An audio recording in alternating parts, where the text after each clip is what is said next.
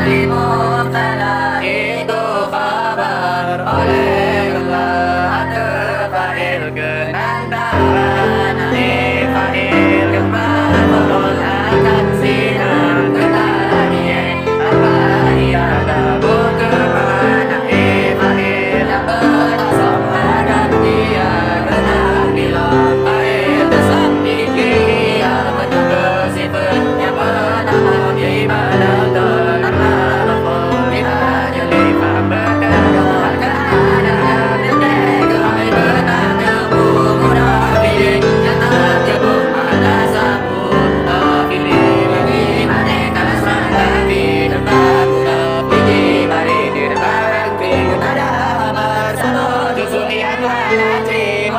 sifat beranoman ijisaki namun dibalikan pandai hati ila tatribika ila patun fi ala diha wadin didi lazim kadang syah ila ila didi ma'arfa dan masa menjaga sifat yang benar yang berhati berbalik mudah pilih kekembali